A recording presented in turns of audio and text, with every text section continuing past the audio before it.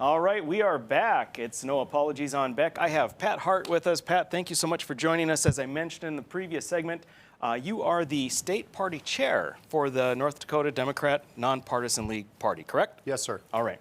So Pat has been gracious enough to accept an invite to be on.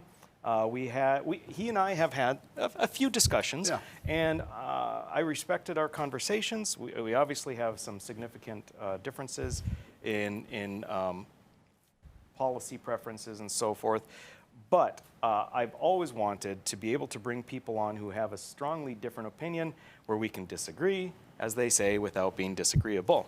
Right. So I indicated to Pat several things that we can talk about. This is going to go wherever we want. First, what I really do want to hit is something that I think is important. And we have, in my opinion, a sort of a one-party system in North Dakota, more or less. Right? The Democrats have been relegated to somewhat of an irrelevant nature. Why is it in North Dakota that, do you believe that the Democrats over this past decade or so have not been able to get a better stronghold as far as their membership, we'll say? Well, I think that's a great question, and obviously that is sort of the question for my position as being the chair of the party. As we look at our data and our polling statistics, we've seen the polarization of voters across not only the state but the nation. Mm-hmm. You know, if we go back 10, 15 years, obviously we've seen Heidi Heitkamp come and go, unfortunately. And obviously, you know, we call them Team North Dakota with Conrad, you know, Pomeroy and Dorgan, kind of fade out in, I don't know, 10 or 12. But really what we've seen with that is more polarization. People aren't really willing to cross lines and, you know, vote for some Democrats and vote for some Republicans. Unfortunately, we've seen them vote for party lines. It is absolutely my job to increase our elected officials, and I'm really looking forward to see some surprises at the ballot box next November. I think one thing that we can agree on is that we perhaps need more Democrats. Yeah. As I look at the last session, for example, Zach up in Grand Forks, Zach had a Fallen Heroes bill that provides health benefits to the families of fallen EMT and police officers when they're killed in the line of duty. And that's a great bill. That's a bill that's actually helping citizens of North Dakota. And what I think is really great about that is that although we are in a super minority in both houses, the Senate and the House, Zach was able to sponsor that bill and to get it pushed through with bipartisan support. Mm-hmm. And we see several of our elected officials able to do this session over session. I think that's because we do bring a lot to the table. For example, bonding passed this year. At the end of last session, Josh Boucher brought it up, and it failed miserably. And then, lo and behold, Republicans repackaged it, and we were able to get it pushed through. So right. Maybe if we were to get some more officials elected, you guys can steal some more of our bills. I like it. So here's the thing, though. So you think you're going to do well in November of 22? You're talking state legislature, or are you talking about because of redistricting, new lines, or what are you thinking? Well, I think there's some good and some bad that came out of redistricting. Obviously, Joan Heckerman lost her district. She's been in for 20 or 30 years. I think she was thinking about retiring anyway, no? Well, regardless of what her intentions were, the fact that she got redistricted out of a district is kind of mind-blowing. We're part of, you know, the DNC and their kind of baby organization, the ASDC. And as far as we can tell across the nation, that hasn't happened in any other state. So that's kind of concerning. But at the same time, there are several districts that could possibly take a tilt to the left, including, of course, the new District 10 in Fargo. So we have our eyes, of course, set to get every elected official reelected, and then hopefully to pick up a couple seats. Right. So let me give you my theory. This is like the big thing, and I really want to get your take on it. Back in 2015, in that session, Josh Boucher, who's now the majority leader in the House, or minority leader in the House, predicted that the Democrats would take over several seats. And I said, fantastic. I hope they do. Sure.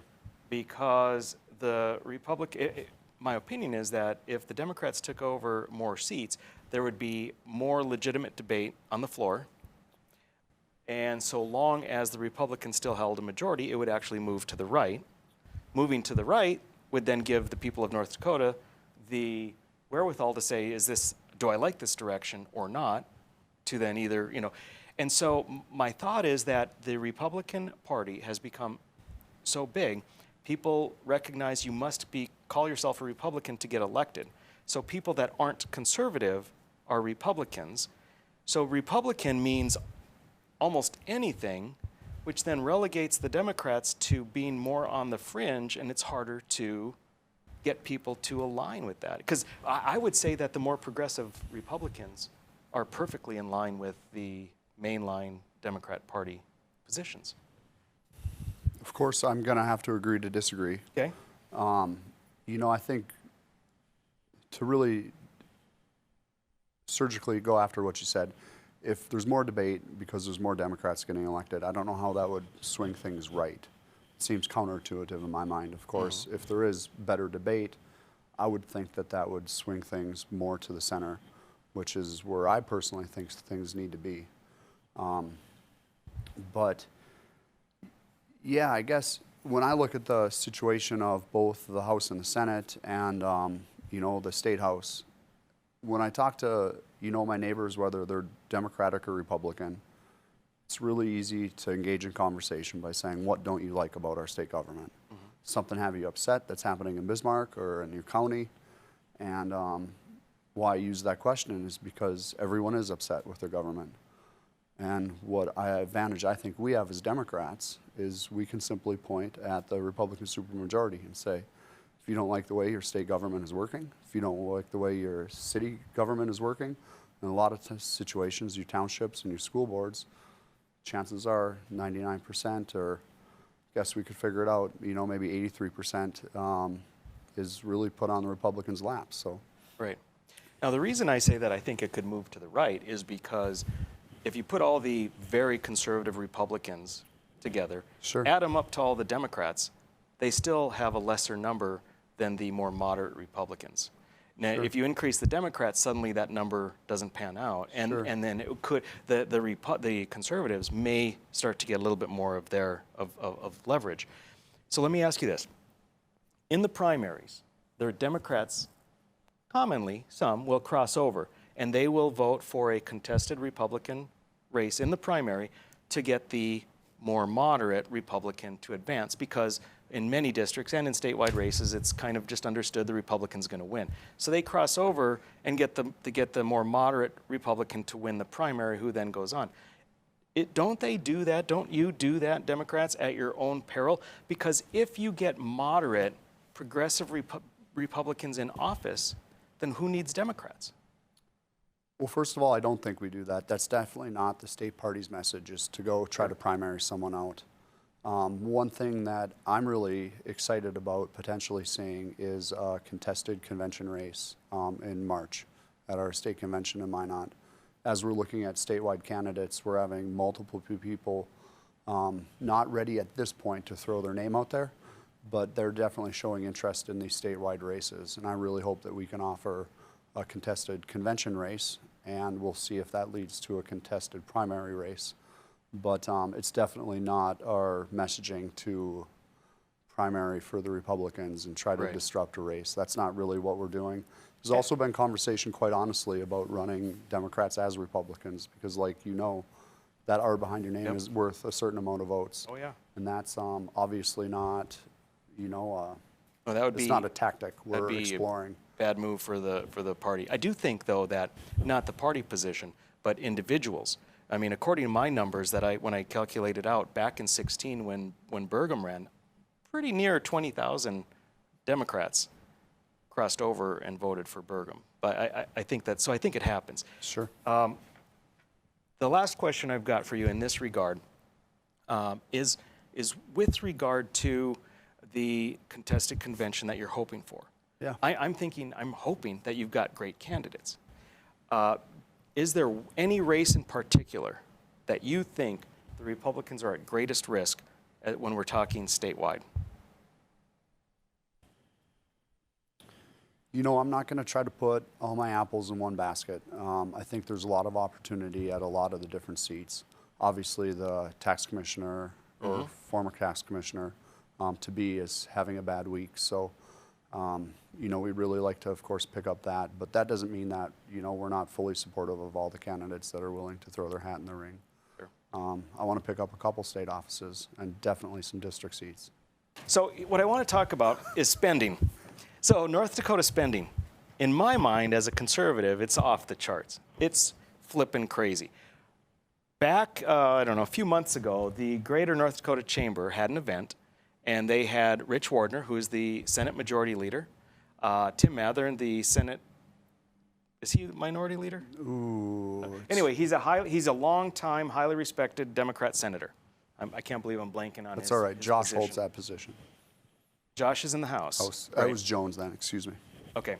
So at any rate, so Tim Mathern representing Democrat position, and then me representing, you know, the fringy extreme right.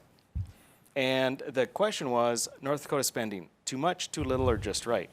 Now, Rich Wardner effectively said just right. Mostly what he just said is, whatever we spent, we had to spend. You know, I disagree. And then my position was we've spent way over. And then Senator Mathern's position was sort of like, well, basically he punted that question. He wanted to focus on policy priorities. Okay, so we didn't get that answer at that event from the Democrats. So I ask you, North Dakota spending, too much, too little, or just right? When I look at our budget, and I'm sorry, I'm going to give you a politician's answer here. Sure. When I really started paying attention to local politics, Minnesota had a budget deficit. North Dakota had more money than we could shake a stick at. And over the course of the 5 or 6 or 8 years since then, those situations have flip-flopped. And Minnesota has budget surplus, and we, of course, have been running into issues with our budget every year. Gosh, I believe since 13 or 15. So when I look at it, in the last days of Al Carlson, and you're going to correct me if I'm wrong, in 13, we did oil extraction tax reduction, we did a corporate tax reduction, we did income tax reduction. Correct. And ever since those 3 reductions done on the 13th hour at the end of session, we've been worried about our budget ever since. So I would argue that we don't have a spending problem, we have a revenue problem. Interesting. So, yeah, that's I mean, we've been lowering taxes, right? correct. But here's the problem. Our spending has gone up dramatically. So if we were lowering taxes, and typically in most states, so this is what Kansas' problem was with Governor Brown back, if you lower taxes and increase spending, you're screwed, generally speaking. Now what we did is we lowered taxes and we dramatically increased spending, because we always spend, even with the Republican supermajority, we always spend as much as every dime nearly that we think we're going to get from oil. We figured oil was going to increase. So the reason we were down wasn't because we didn't have enough revenue. We expected so dramatically much more revenue. And in fact, if we had left the taxes the way they were, we would have had less revenue, right? So one of the things the Democrats argue about with that bill that passed, which lowered the taxes and eliminated the trigger, Sure. is that we shouldn't have done that because we gave up so much oil revenue, or revenue to the oil companies. But if we hadn't done that, we would have had less revenue. So what the Democrats argue is a bill that never existed, which was to get rid of the trigger but don't lower taxes. That's what I would vote for if I had the opportunity. Now, I'll tell you, I worked in the oil field for several years. 2008 to 2013, maybe, I was out sandblasting and painting oil rigs. And the extraction tax rate was the initiated rate from the initiated measure back in 1983. And we had oil production for 30 years under that rate. It didn't slow down at all. I think the market really changes how many rigs are poking holes out west. But like I said, I was out there from 8 to 13 under the old rate. Money wasn't an issue from anyone. So I would argue that the market really changes that supply-demand curve and fluctuates the price more than the tax rate itself. Let me get back to the question then, because this time flies by so fast. You and I could have a little whiskey and do it for hours. But So the question was too much, too little, or just right. And what I gather from what you're saying is too little, because had we not decreased taxes, we could have spent more, presumably on the things that you want. Is that a correct assessment? Well, as you know, we have to spend as much as we collect. We have to have a balanced budget. Yep. One of the problems that I see is that our income, our tax rate, is too volatile based on the oil and farm Agreed. economy. If oil's in the tank and the farm economy's in the tank, I think that would be a heck of a session, to say the least. So, Right. Guys, can pull up the graphic. I'm going to pull up a graphic our audience has seen before. You may have even seen it. I've used it all over the place. In the red line, we have South Dakota spending, and the blue line, North Dakota spending. So if you look back in 2009, we spent less than South Dakota, but then oil came. And we spent the crap out of everything that came in. So when you see a state like South Dakota, who is in the upper half of all states for spending over this period of spending increase over this period of time, and you look at North Dakota, which is just crazy compared to South Dakota, I want to ask you again, if you're saying we don't have a spending problem, then what you're saying is that spending is necessary. What if South Dakota is spending so much less? How are they disadvantaged? If our spending is necessary, they must somehow be disadvantaged, that they should be doing more spending. well, and again, and I'll say this for the second time. If we can disagree, that's okay. Sure. But after I was in the oil field, I spent several years in the state for the Department of Ag and the Public Service Commission, and you had to spend those revenue dollars at the end of your budget cycle. Unfortunately, or you could say fortunately, you can't carry over dollars. Ultimately, if you're carrying over dollars or saving, that money should go back to your tax base, which I think is what you would propose. Unfortunately, what I saw in the state government is that there was Christmas in June. Yep. Dollars had to be spent. All of a sudden, computers were bought, monitors were bought, desks were bought, and you know, I am a Democrat, but I do believe to some point there should be fiscal conservatism. If a state agency is able to carry over dollars, I don't see that as a bad thing. If they're able to run it lean in one biennium and save that money for a special project or a, you know, new potential agency or new priorities a and new different things priorities. they have. I don't see that as a bad thing. And I think really as we look at our institutions of higher learning, like we're seeing NDSU build and build and build. And you know, if they could run lean one budget cycle and save money for a priority such as a new practice stadium, if they think that's a great way to spend money, they should be able to, like us in our budget, save in 1 month to spend in another. I think we're spending far too much. The Republican supermajority is spending essentially everything that they expect is coming in. The legacy fund doesn't count because that's something they can't control. The voters voted that in. The budget stabilization, foundation aid stabilization, these things are built in. There's a lot of money around, but generally they try to identify, all legislators, most, try to identify how much money is going to come in, and then that's how much they spend. Sure. So I assume the Democrats, well, you tell me. My assumption was the Democrats wouldn't be spending anymore because Republicans are already spending it. So would you raise taxes so you could spend more? Number two, regardless of which direction that goes, you must have different priorities in which you would spend the money on that the Republicans aren't. I'd like to hear about those. Well, I think that is a good case. And like you said, and I mentioned earlier, you know, by law, we have to spend what we collect. So every year, essentially, the budget will be balanced.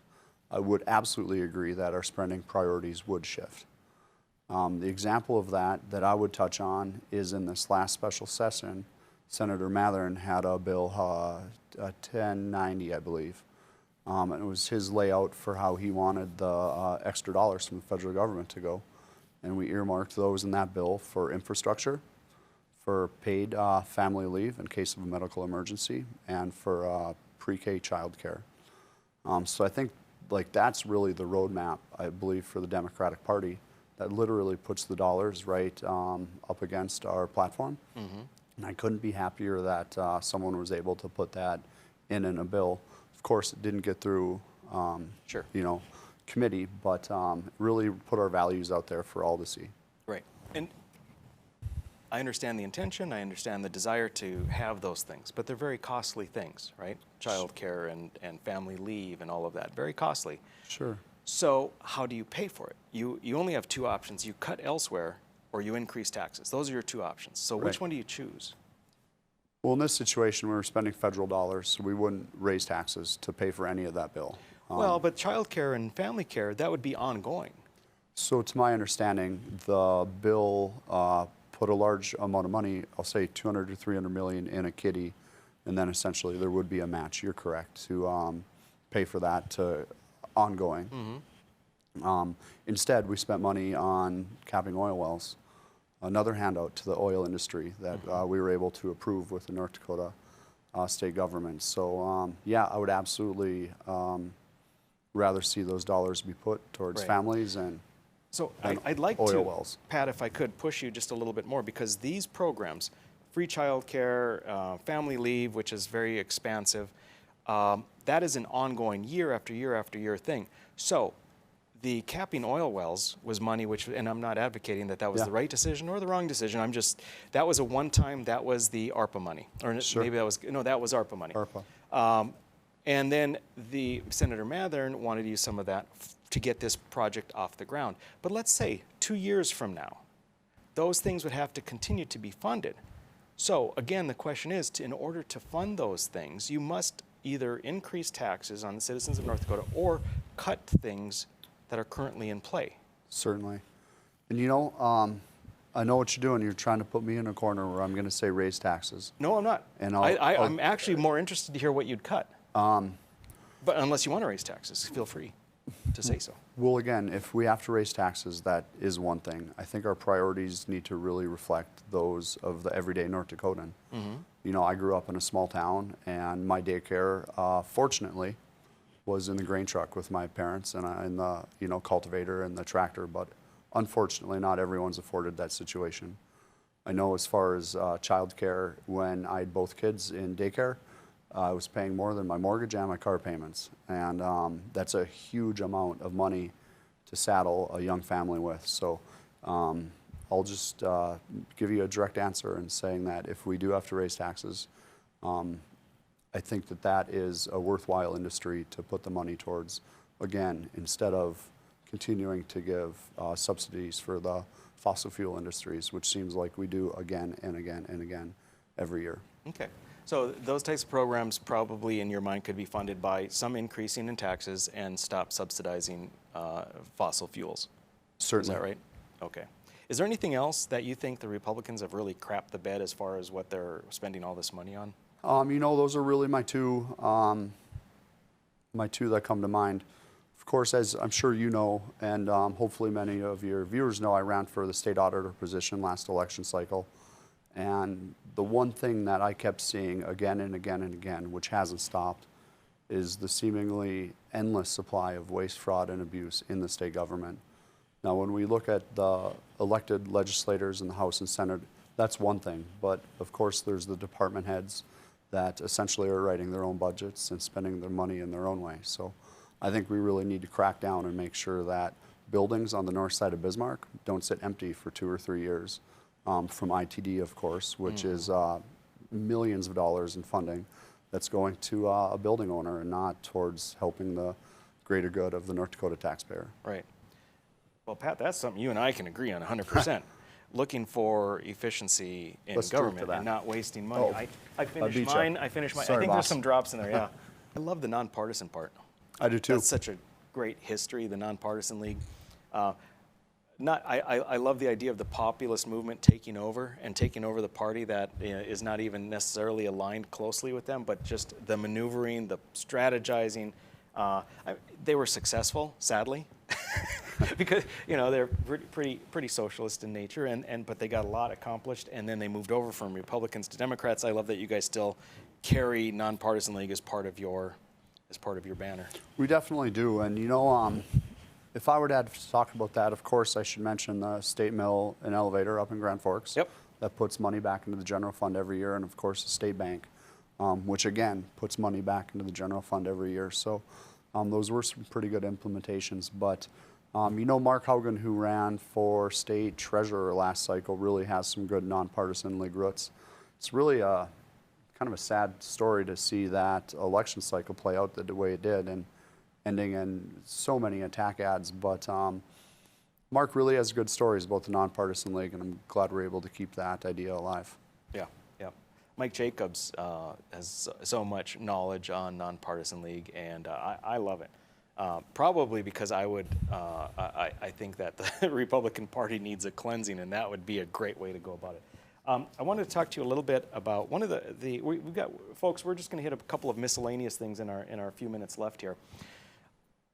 One of the things I wanted to find out about is how you feel about our higher education system. We've got 11 institutions. I think it's far too many. 9 out of the 11 are written into the Constitution. Do you like North Dakota, a state our size, having 11 institutions funded by taxpayers? I really looked at this several years ago because it seems to come up every session or every other session. And I guess I get it both ways, and I really like that I'm able to see both sides of it. So myself, I'll talk about growing up in Pemberton, North Dakota. It's actually the first city in the state up in the northeast corner. I was lucky enough to have 16 kids in my high school class. It was actually the biggest class in high school. Wow. I think because of that, I got a really great education. We knew all the teachers. The teachers had kids in our classes. They really knew us personally, and I really liked that intimate setting. Now I live in South Bismarck, and my son, who just started going to Wachter, has 400 kids in his class. Of course, his class size isn't that big, but I think you lose something when you start getting into class sizes. Now, I know you're well educated. You have a doctorate, right? Yep. Okay. I'm sure you've been to some lecture bowls with 200, 300 people in them. Oh, yes, yes. And that's just not quite the same as having that, 20 or 30 people in your class size. So I can see your point, and I can see the conservative point where there's a lot of administrative duplication of efforts. Yes, there is. 10 or 11 times across the state. But at the same time, if there's 5 or 6 schools of nursing and we have a nursing shortage, I can see that maybe it's a great idea to split those opportunities out. Okay. A couple things that allegedly a true blue conservative and a Democrat would agree on. One is civil liberties, which I've been frankly a little dismayed at the legislators that are Democrats, because there are certain things like, say, civil asset forfeiture you think they'd be all about, and they're not necessarily on board. But rather than chastise and go into that, the other thing besides civil liberties is corporate welfare.